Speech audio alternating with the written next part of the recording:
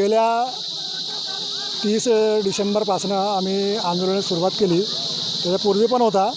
तर शासनानं माहिती आहे का त्यावेळेसपासून आत्तापर्यंत लक्ष न दिल्यामुळे आम्हाला आता आमची भूमिका जास्त तीव्र करावा लागला की लक्ष आमच्याकडे लवकर वेधण्याकरिता. म्हणून समस्या आमची तेच आहे की आम्ही आदिवासी असल्यामुळे आम्हाला जमिनीतून बेदखल नाही करता येत. हा एका काळी शासनाचा नियम आहे आणि शासनानं बेदखल केला. आम्हाला ती जमीन हवा आहे कारण की बिना जमीनना जीवन जगणे शक्य नाही आहे. तुम्ही आज कोणतं आंदोलन केलं? आज पाणी रोको आंदोलन केला आम्ही. जो बावनथडी धरणाचं जो पाणी आहे आणि जो सिंचन विभागात चालला इकडे शेतकऱ्यांसाठी त्या कालव्याचं पाणी बंद आंदोलन केलं आम्ही आणि बंदही केला. आमची मागणी त्याच्या शासनाला की जमिनीच्या बदल्यात जमीन हवा आहे.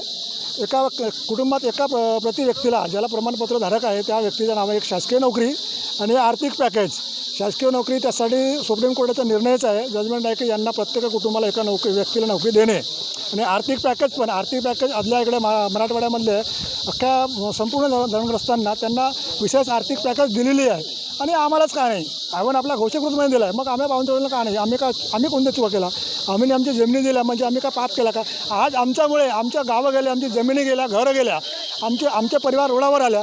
त्यामुळे अख्खा भंडारा जिल्हा हिरवगार झाला. त्या भागातले लोक एकेकाळी खायला त्यांना अन्न नव्हता. आज ते लोक परिपूर्ण पैसा आदल्यानं घरापासून सगळ्या गोष्टी बरोबर बनलं आणि आज आम्ही रोडावरती कटोरा घेऊन भीक मागत आहोत. भीकच मागत आहोत ना, शासनाला भीकच मागत आहोत आम्ही. तर मग आम्ही आज जर भीक मागण्याची वेळ आज आली तर आता तरी आमची वेळ थांबवा की समोर नको भीक मागा. तुमचा चांगला परिवार चांगला वेळ येईल अशी एक दिशा बनवून द्या आम्हाला. त्यामुळे आम्ही जमीन नोकरी आणि आर्थिक पॅकेज मागतो.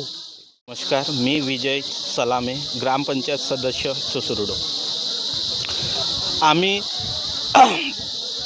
भुजवा कालवा पाणी रोको आंदोलन हा आजच्या 6 मे 2026 रोजी आम्ही ठामपणे इथं आंदोलन केला आणि पाणीसुद्धा थांबवलं आम्ही. आमचे नेमकं म्हणजे मागण्या हे आहेत की आमची शेती गेली, घरं गेले, सर्व काही.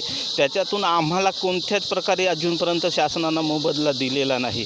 आम्हाला शेतीऐवजी शेतीच हवं आणि आम्हाला आर्थिक पॅकेज द्यावा आणि प्रत्येक कुटुंबाचा एका व्यक्तीला शासनानं नोकरी दिली पाहिजे. बस इतकंच आहे. नमस्कार. अशोक उईके, माजी जिल्हा परिषद सदस्य. आज सुसुडो, कमकासूर आणि सीतेकसा हे 3 गावाचे प्रकल्पग्रस्तांच्या वतीनं आज पाणी रोको आंदोलन करण्यात आला.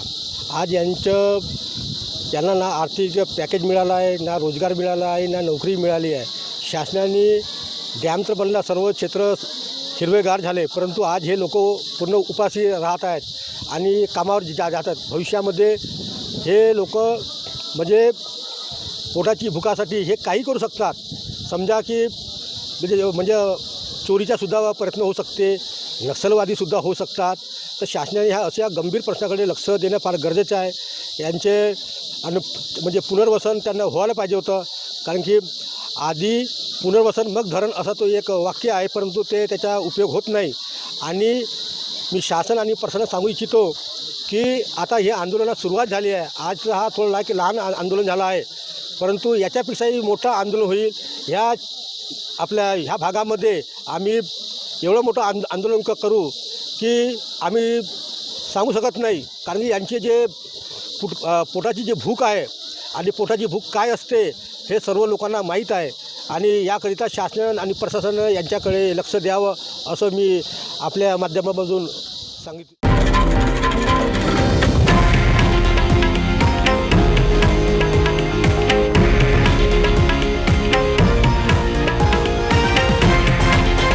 हे आहे देशातील नंबर 1 न्यूज नेटवर्क आणि आपण पाहत आहात TV9 मराठी, एकमेव.